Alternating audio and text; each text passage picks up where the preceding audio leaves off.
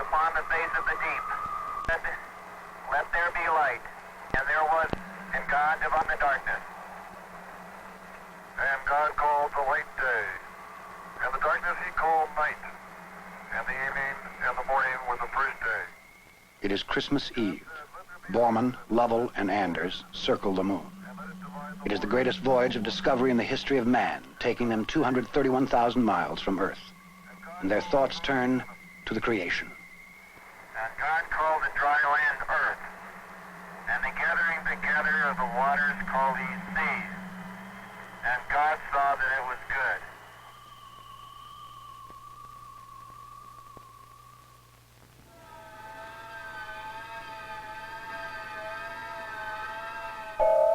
We stand on the threshold of a great new age of exploration. Its ultimate destination, the furthest reaches of the universe. Its goal, the innermost secrets of the cosmos, the key to the very creation of that universe. Unthinkable? Perhaps. But only a dozen short years ago, it had been unthinkable that man would ever orbit around Earth or circumnavigate the moon, let alone land on it. What has happened in the decade of the 60s has been so incredible.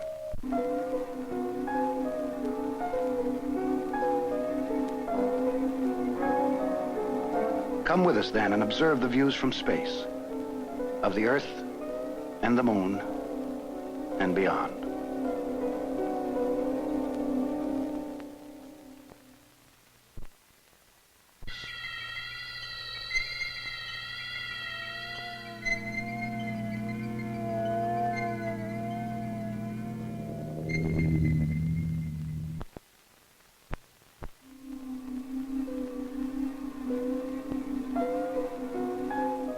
What is in the heavens? Who is in the heavens? For 1,000 millennia, man could not hope to know, for he was imprisoned on a tiny dot on a distant edge of a minor galaxy in a universe of unknown vastness. Then came Sputnik. In a single moment, man had reached into the heavens. In the scant dozen years since Sputnik, man has gone to the moon, seen it in its starkness, and described it. Actually, I think the best way to describe this area is a vastness of black and white. Absolutely no color. The moon looks a very whitish gray, like dirty beach sand, and with lots of footprints in it. Don't these new craters look like pickaxes striking concrete, leaving a lot of fine haze dust? And there was one heavenly body no man had ever seen before in all its majesty, for he had never left it. The Earth.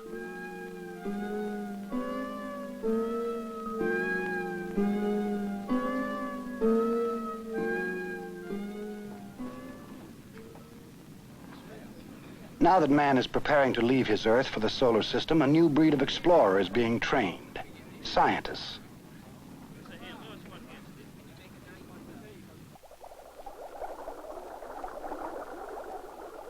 Among the first of this new breed who will establish scientific stations on the moon and beyond is Dr. Harrison Schmitt, a geologist.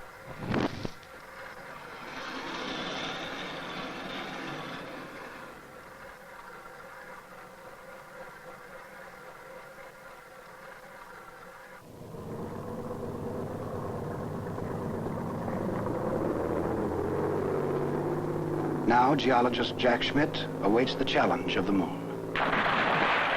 For a geologist, or actually for any scientist, or even any person with a proper training to get his hands on this thing, we are actually having a chance to handle, to study, to read a record of the Earth's past, which we have no chance to see in the Earth.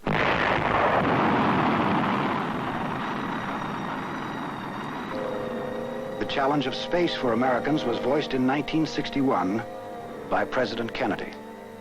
I believe that this nation should commit itself to achieving the goal before this decade is out of landing a man on the moon and returning him safely to the Earth. President Kennedy's challenge and dream will undoubtedly be met, but the cost has been staggering. $36 billion in one decade, involving the imagination and dedication of more than 250,000 men, and the lives of 3, Grissom, Chaffee, and White, who died in a tragic fire caught in a capsule on its pad while training for an Apollo mission.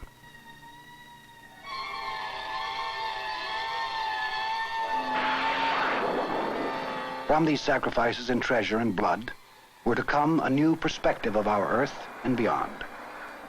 We will view this new perspective as our astronauts have viewed it.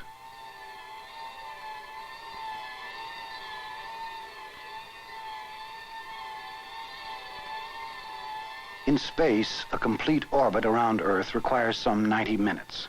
Our voyage of about an hour will follow this route. Across the Atlantic,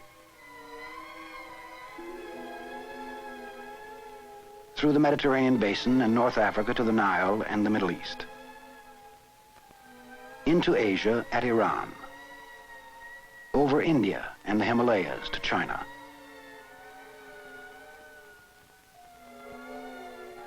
across China to the Pacific, and via the Hawaiian Islands back to the United States.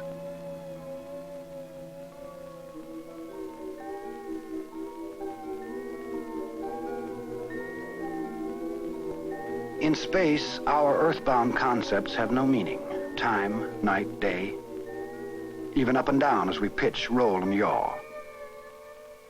In space, all is silent. We are far above the roar of storms and ocean.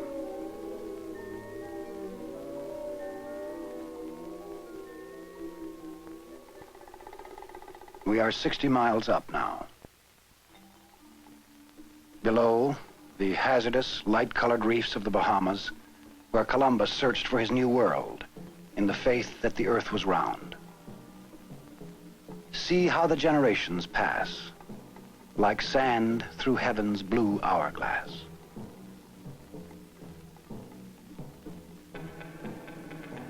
We fly over Cuba and Guantanamo Bay, site of the American naval outpost. Past the steep, dark mountains of Haiti now, where Columbus touched land in 1492. Our spacecraft heads over the North Atlantic, eastward, on our voyage of discovery. As past and present merge in the views from space, so do the white clouds seem to be a part of the land and water.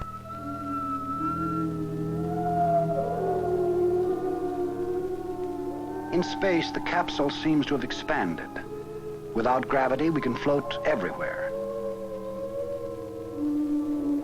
This is how the men of the Apollo 7, Schirra, Cunningham, and Isley, experienced it, moving like swimmers in a sea of weightlessness.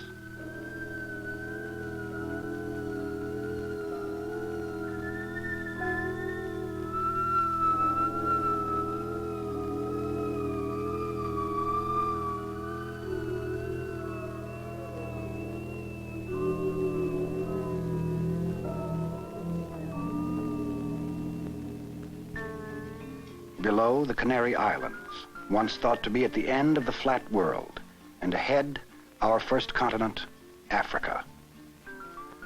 On the main Canary Island, a 12,000-foot volcano is seemingly lost from 100 miles up.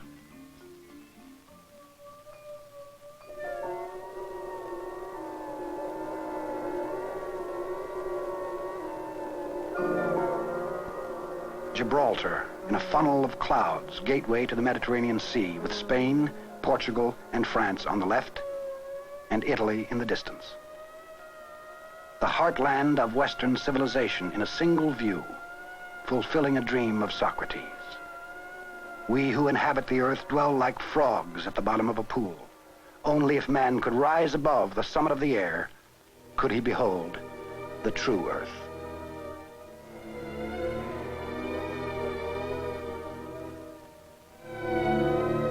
The northwest coast of Africa, great continent where man became man a short million years ago. And now from the edge of the Mediterranean springs the true desert, the vast Sahara. This is almost all of the Kingdom of Libya, 680,000 square miles of North Africa.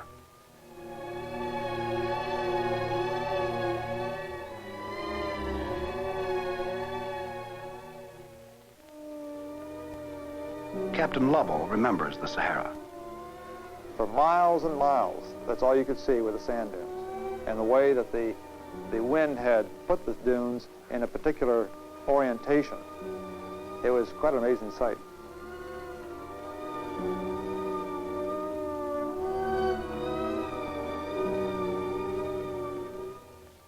This gives you a good idea why the geologists like to get pictures from space, because it gives them a complete overview of the ground, the terrain, and it shows them things that airplanes or just ground observation just doesn't give.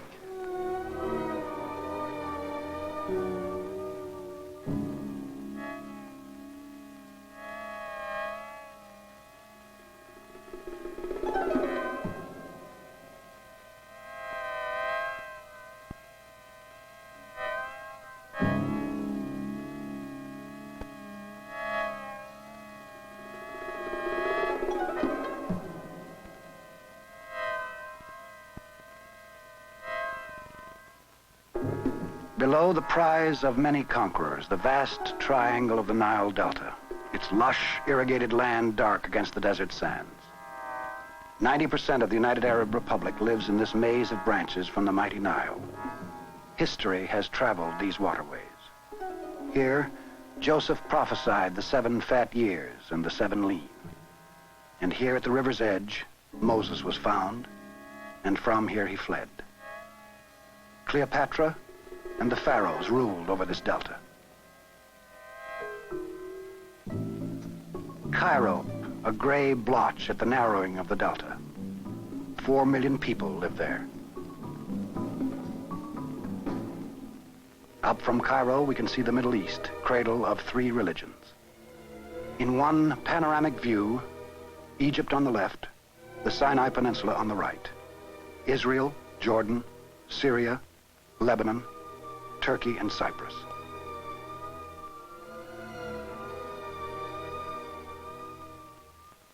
I gave this picture to a Israeli officer some time ago, and at the time I told him it was an oblique shot of Israel, and now it's an overhead shot.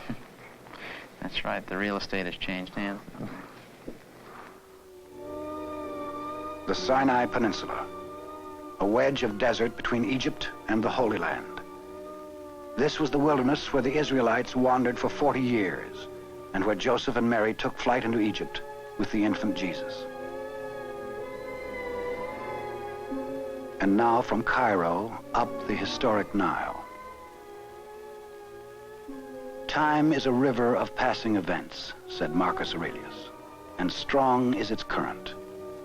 No sooner is a thing brought to sight than it is swept by, and another takes its place, and this too will be swept away.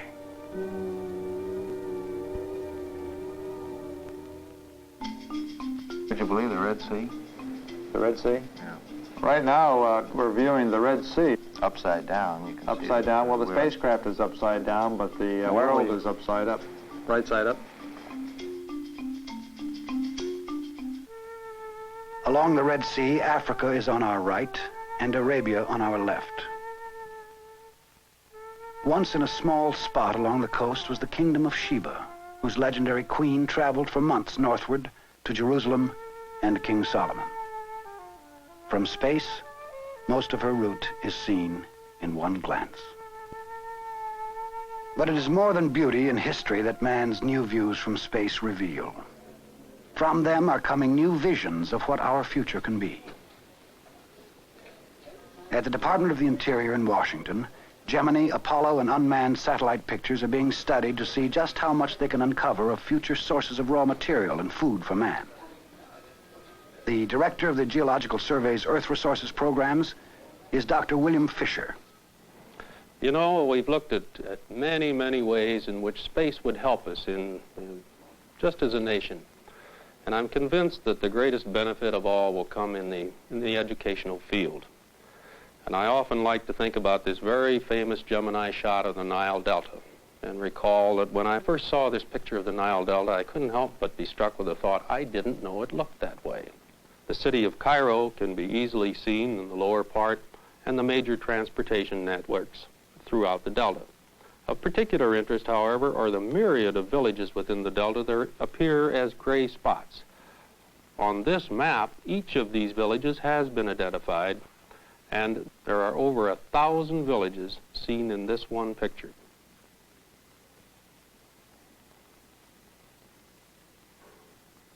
One of the most important pictures obtained in the early Gemini flights was a picture of a part of the Arabian continent near the Gulf of Oman.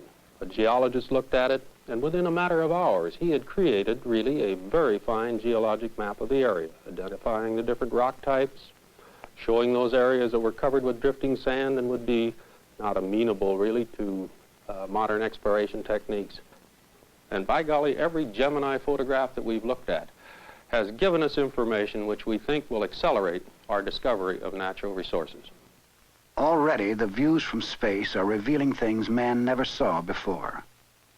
For years, photogeologists like William Trollinger of Denver have searched for oil and gas deposits by piecing together aerial photographs. But with space pictures, Trollinger can see what hundreds of photos from airplanes could not capture.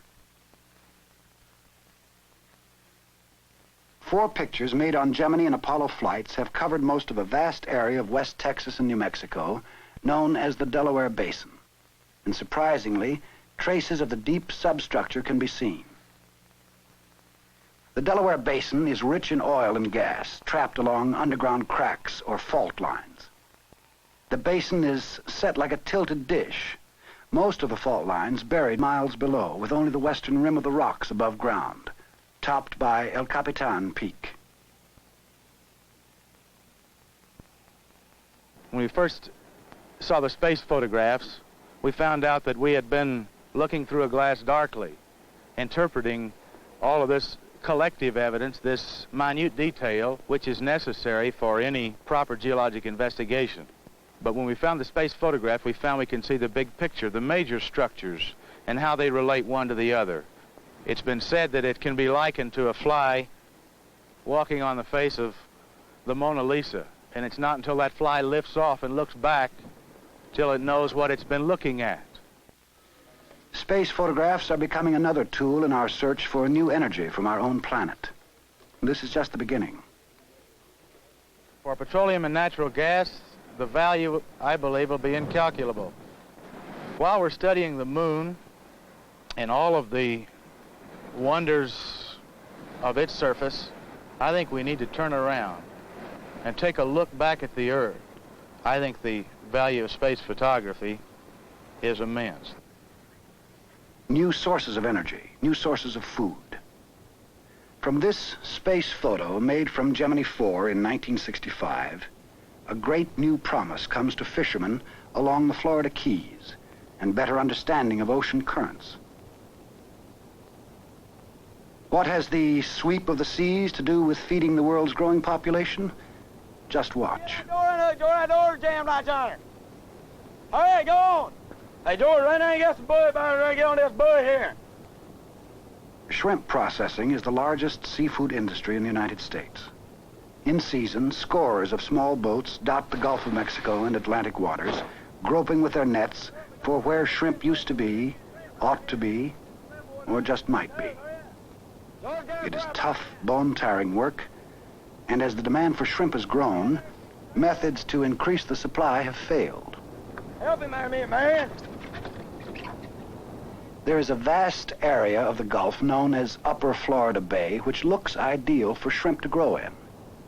But they do not.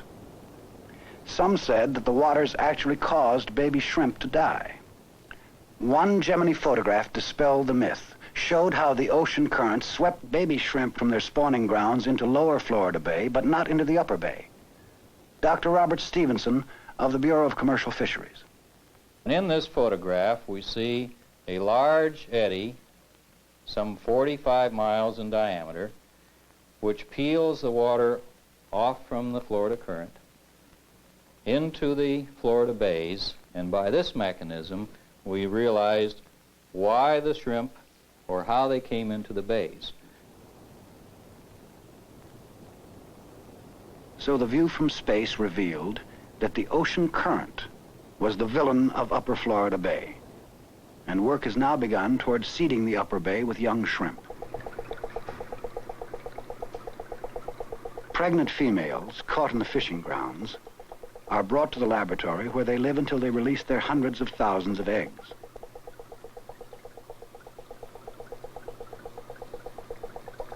When the baby shrimp reach the post-larval stage, they are siphoned out of the tanks and experimentally planted in the waters of Upper Florida Bay. After a matter of weeks, they will begin migrating to deep water, increasing the potential catch. From one space photograph has come the prompt to a nursery and greatly expanding the sources of food. Happening here can occur in many other areas of the world. Off the waters of Asia and Africa, there are potential spawning grounds for shrimp and other sea life, if man can only see them from space. In the years just ahead, for the views from space will be to help men solve the problem of hunger by understanding the sea. The sea and the land. In the past, aerial photographs of the United States have been taken by the thousands. A coast-to-coast map of the nation from aircraft would take 10 years and $12 million. But in a single test, a Gemini spacecraft provided the basis for a photo map of a wide area of the Southwest in 10 minutes. Now being tested for satellite use are new cameras and other sensing devices from airplanes. What may we see in 1970? Well, for one thing, we could begin to map water supplies from melting snows. This photo shows what appears to be a huge glacier here in white.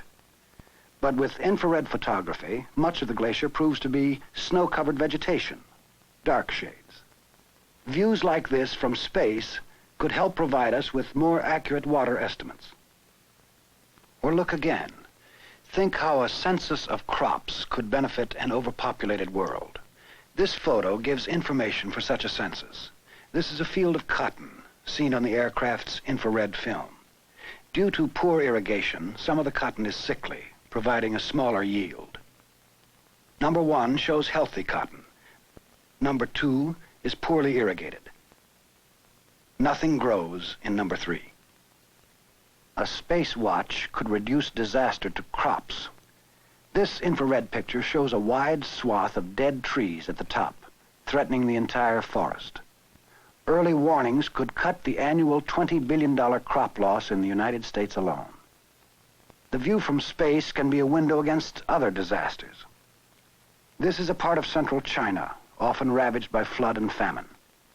Through space sensing, such inaccessible regions could be monitored.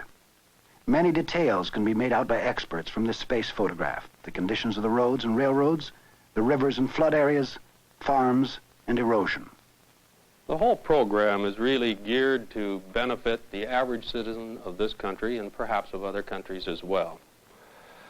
It's his dividend, I think, for the expenditures we've made in the space program. It'll mean more food, it'll mean adequate water, good clean water. It'll mean that he will have the recreational resources that he needs to enjoy life when we have more leisure to enjoy. So we have an obligation to explore and to develop, and space can help us do it.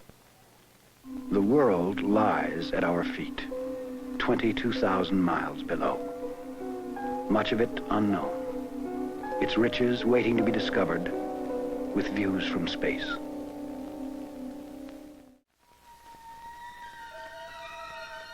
In space, time passes strangely. Day becomes night and night day, as if we are passing through tunnels. Captain James Lovell. The sun seems to come up quite steadily as it does. We can see the colors along the horizon from quickly in a deep blue to a light blue to perhaps a pink as the rays bend slightly around the Earth. Of course, it's all black right above it. And suddenly the sun just pokes itself above the Earth's horizon, and then it's a brilliant white. And as a matter of fact, you don't want to be looking just prior to sunrise at that area. You want to be looking away from it a little bit because the sun is so brilliant.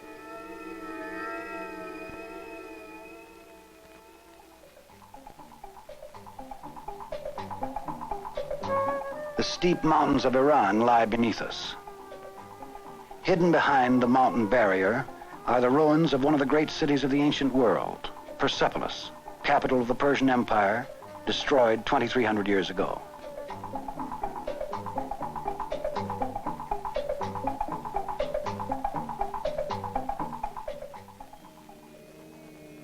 Colonel Borman. In space, of course, there are no winds. You don't have the drift problem you have in airplanes. So really, you can put your orbital marks on this map, and just by time, you can mark off the time and say, well, I should be over Calcutta. And you look down, and there's Calcutta.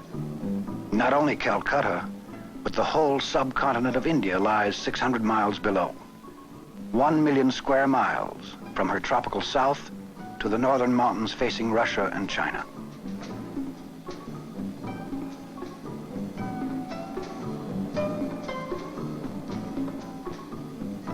Colonel Aldrin. If you look close, you can see some of these very uniform lines that convinces you that man's down there, and he's made his mark on the planet that is visible from 160, 180 miles.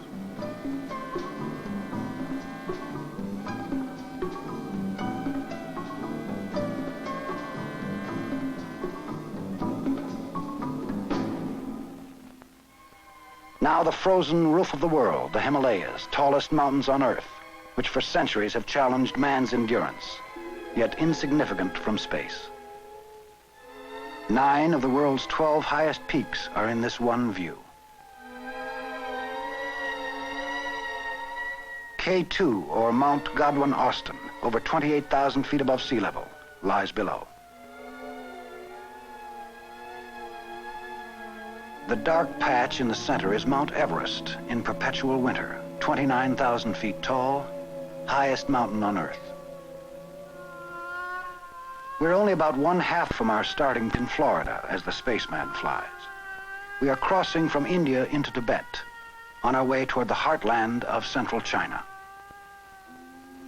We will cross China from west to east, following her meandering rivers just as men have done since recorded time. We trace the Yangtze, longest river in Asia, from her source past Chongqing, Wuhan, and Nanking.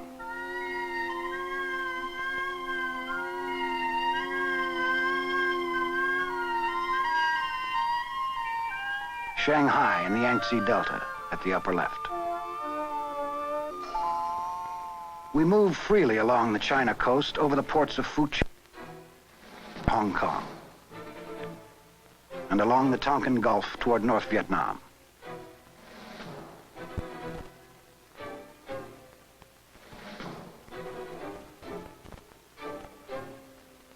Below, dotted by clouds, North Vietnam.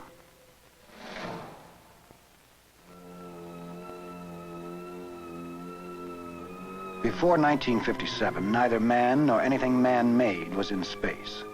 Since then, the United States and the Soviet Union have launched some 3,000 objects, most of them unmanned and American-made. They have traveled out as far as Earth, past Venus. Some have been in center atmosphere. Some will continue traveling for 1,000 years.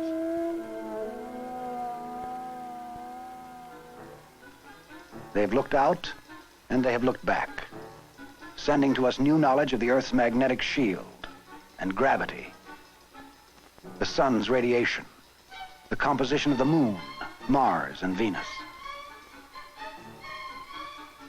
To conceive such complex tasks, to design and build their hardware, men had to devise entirely new approaches to the very question of problem solving, with incalculable values to other problems here on Earth.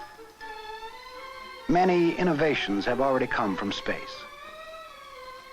For industry, new metal alloys and long-life power sources. For medicine, new means to monitor the human condition. 2,500 technical developments. And we have just begun as we approach the moon. The moon seemed the only way it could be seen a short decade ago. Yet by the mid-1960s, we achieved our first close-up view as the unmanned Ranger spacecraft televised its pictures back to Earth before crashing into the moon's surface.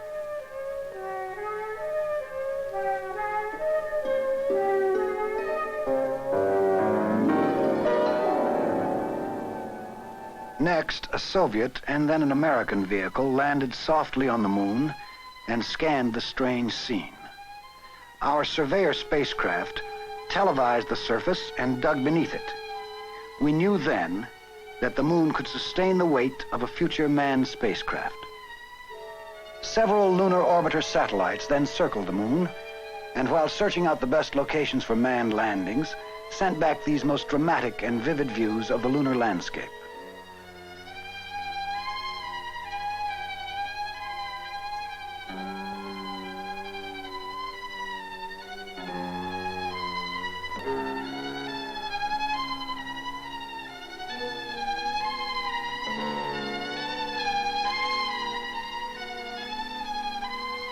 One lunar orbiter televised back a unique portrait from the moon, an Earthrise, with the Earth glowing as it reflected the sun's rays in the blackness of space.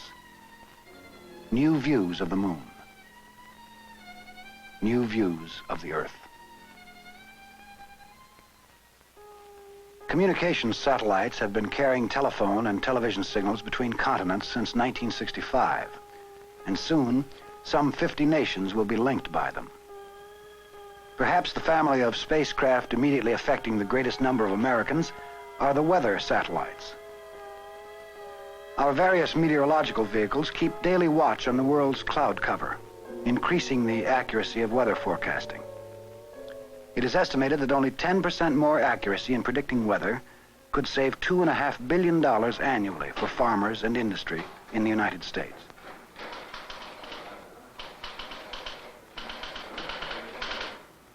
Weather satellites have proven their worth through advance warnings of storms, whose habits are then studied for the future. One classic case was in the great hurricane of September 1967. Here we see a yet unnamed tropical disturbance when a weather satellite first located it far out in the central Atlantic on September 1st. For the next 6 days, the storm is tracked by the satellite as she heads westward. Then by September 8th, the disturbance has become a full-fledged hurricane. Warnings are flashed throughout the Caribbean and beyond about the hurricane, now named Beulah. On September 10th, Beulah brushes past Puerto Rico and the next day lashes the Dominican Republic. The weather satellite continues dogging the hurricane's heels. Between the 13th and the 14th, south of Jamaica, Beulah picks up speed and races toward the mainland. A top priority emergency warning comes some 20 hours before Beulah strikes the Texas coast near Brownsville.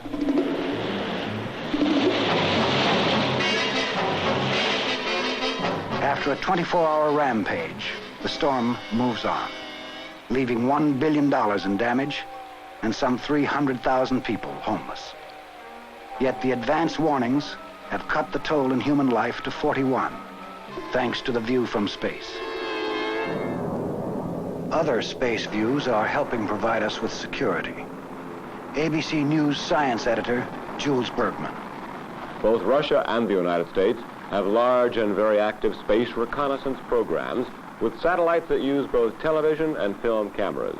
We launch our recon spacecraft into polar orbits so that Red China and Russia are visible beneath them in daylight hours every day. What they have discovered since we started launching them regularly in 1963 has saved America untold billions of dollars in unneeded armaments and possibly prevented a war based on miscalculation of an enemy's strength.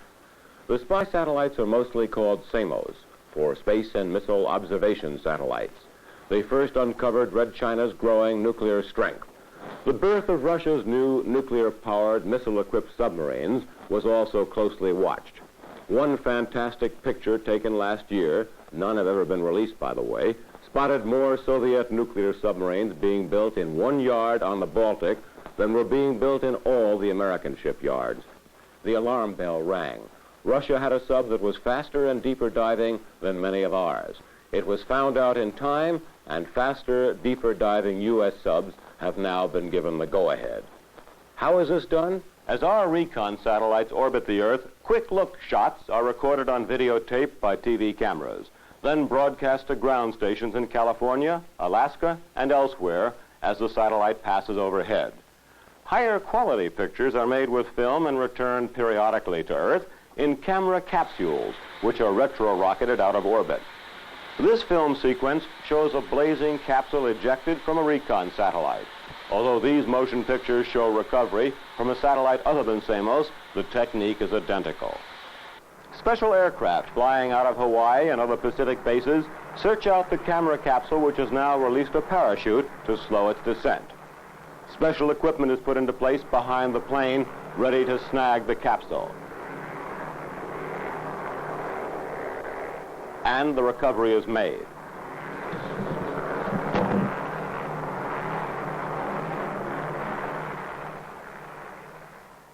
What can be seen? The following examples approximate real recon pictures shot from aircraft and spacecraft. Against the sun glitter on the ocean, here can be seen ships' wakes, viewed from an airplane in this case. The ships are long since gone, but where these two wakes come together, a submarine and its tender had rendezvoused. And by the use of infrared and other photographic methods, we can determine their speed and whether they are nuclear powered. There are fewer places to hide each day. This is Fort Worth and Dallas, a wide stretch of Texas filmed by Apollo 6. Carswell Air Force Base with Strategic Air Command B-52s on the runways is clearly visible. Even small planes can be counted. The methods used are highly classified. This is a shot from a not very advanced recon camera being tested to see how well it would pick up the enemy in Vietnam. Now the close-up of the same shot. Clearly picking out a parked truck, its identification, and its driver. Even if there were a forest canopy obscuring the scene, new sensors and cameras could have found it. In a little-noticed speech last year, President Johnson paid tribute to space spying. More than enough billions have been saved, he declared, to pay for the entire military and civilian space programs.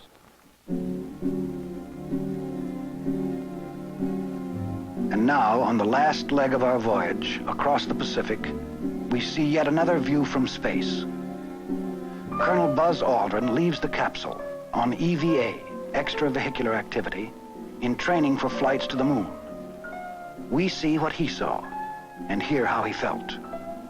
You would think that now as you open the hatch to exit the spacecraft that you might want to think of which way is up and down relative to the Earth. But that's not true at all, because all of your attachments and your handholds and everything that you're interested in is right there in that spacecraft, and you really don't care where the Earth is, except perhaps if you're taking some pictures. There's absolutely no concern at all about any falling tendency toward the Earth.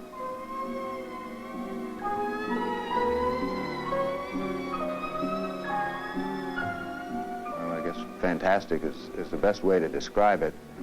Looking through the window from inside tends to frame your view, but when your head is out in space, it just seems as though it's everywhere and you're there right with it.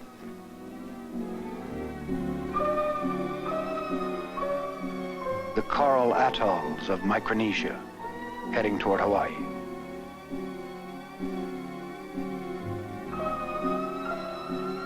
This the Hawaiian island chain. You can barely see the light atolls down here. Buzz said he saw a few grass skirts here, but I don't believe it. Well, you see Diamond Head. Don't you see it?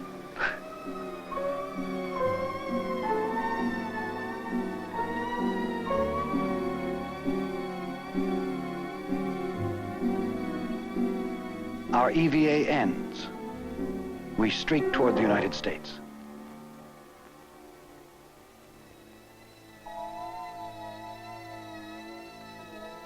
See smoke come offshore down here. Well, there obviously can't be any intelligent life down No. Who'd be dumping that sort of stuff in the atmosphere? The clouds have broken, and there's Los Angeles under its man-made cloud of smog. We head inland over the Salton Sea toward Arizona, New Mexico, and Texas. We are completing our first orbit. There's the mouth of the Mississippi River. Ahead, the Florida Peninsula, where we began. We are to pass over Cape Kennedy again, and then out to sea. Our return to Earth begins. Captain Lovell. The first thing that happens is really nothing. You're still up there, coming down, and then suddenly the heat shield starts hitting the upper atmosphere, and the sky takes on sort of a pinkish color. The gases are starting to ionize. And then you start feeling the effects of gravity. About the time you're pulling about 3 Gs, the ablative material, of course, is melting away, and it's coming off in big chunks, and the ionization has turned green. It's a green gas now, and you can see the flames out in front of you as you come on through. This holds about the same all the way down until you go subsonic. And suddenly there's a big rush of sound because you can hear all the noise now coming through. And from then on, it's a very pleasant ride.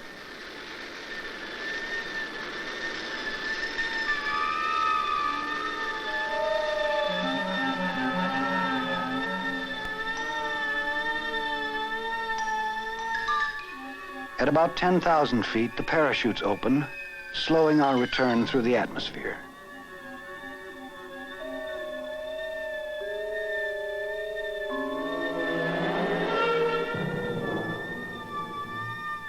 For a very brief moment in time, man has touched the periphery of the universe. He has seen his planet as it has never been seen before. The view from space is staggering. But 2 questions remain. Was it worth it? If so, where do we go from here?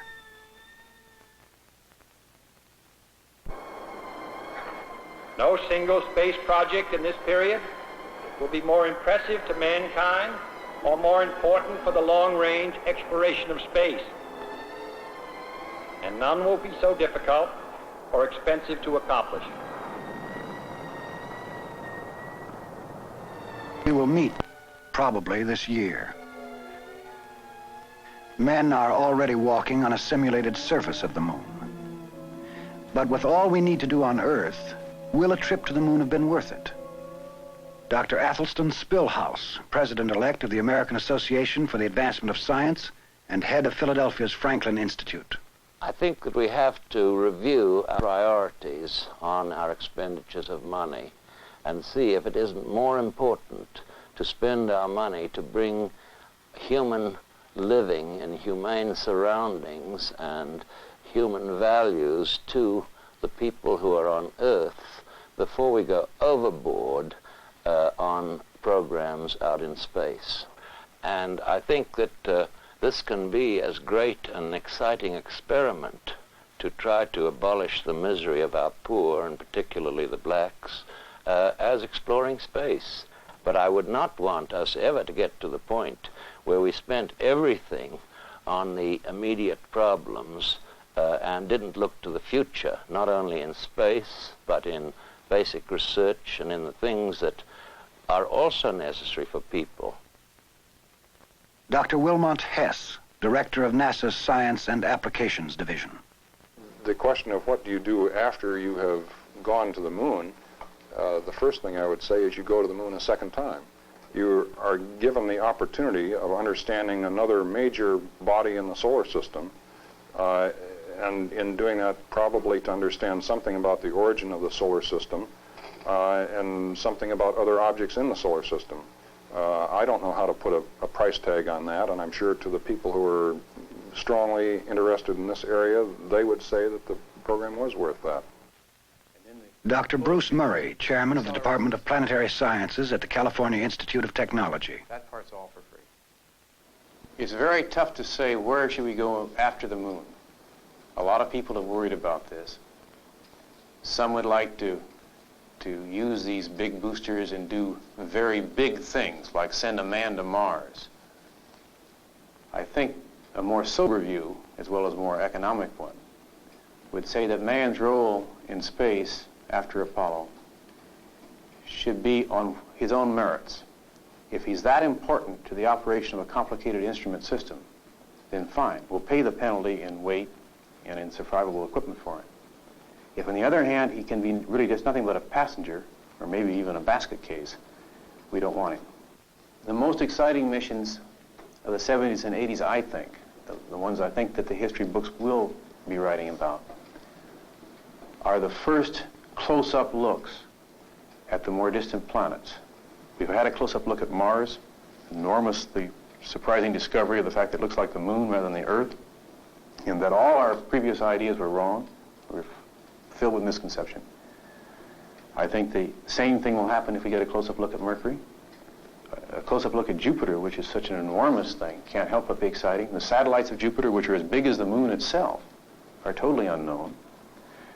And finally, by using the massive gravitational attraction of Jupiter itself as a slingshot, we can fire ourselves out into the very depths of the solar system, to Saturn, Uranus, and Neptune, and look at the whole totally unexplored area in the solar system for the first time. These are the historic milestone missions, I think, of the 70s and perhaps the 80s. Extending its beauty beyond the horizons, space, in all of its strangeness, stands as a challenge of our time, a test of our boldness and also of our wisdom and responsibilities to one another here on Earth. In the final analysis, the question is not, will man extend his view from space? The question is simply one of priorities, of timing. Not will we, but when will we? For all of man's staggering achievement, the stars today are but little closer to his grasp. We will reach the moon, perhaps the planets. After his incredible voyage around the moon, Colonel Borman, addressing a joint session of Congress, put it this way. Exploration really is the essence of the human spirit. And to pause, to falter, to turn our back on the quest for knowledge is to perish. And I hope that we never forget that.